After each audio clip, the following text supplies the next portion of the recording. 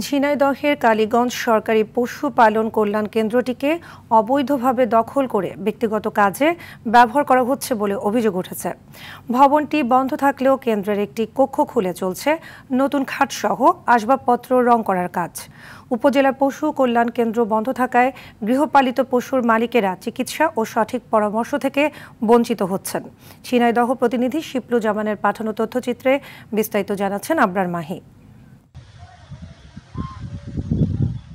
ঝিনাইদহের কোলাই ইউনিয়ন পশুপালন কল্যাণ কেন্দ্রটি ১৯৮৮ সালে প্রতিষ্ঠিত হলেও সরকারি তদারকির অভাবে চিকিৎসা সেবা থেকে বঞ্চিত হচ্ছেন পশুর মালিকরা।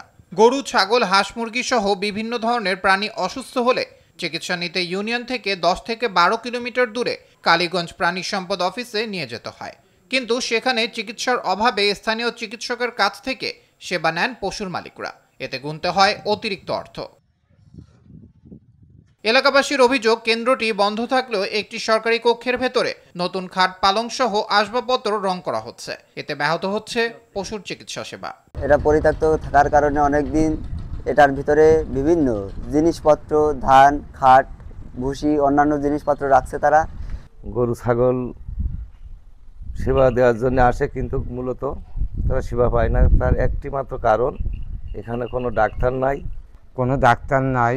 হ্যাঁ, তা গাড়ি রাখে ও ফার্নিচার রং করে। যদি এখানে একটা ডাক্তার নিয়োগ থাকতো তাহলে আমাকে একটু উপকার হতো। জনবল না থাকার কারণে পশু কল্যাণ কেন্দ্রটি চালু করা সম্ভব হচ্ছে না বলে জানান এই কর্মকর্তা। জনবল সংকটের জন্যই ওখানকার স্থানীয় যারা মানুষ তারা একটু ভোগান্তির শিকার হচ্ছে। এ বিষয়ে আমাদের উদ্বোধন কর্তৃপক্ষকে আমরা লিখিতভাবে জানিয়েছি। ওনারা পদক্ষেপ নিলে আমরা দ্রুত ওখানে সেবা দিতে পারব। পশুপালন কেন্দ্রটি পুরোদমে চালুর দাবি এলাকাবাসীর। আবরার মাহি, RTV।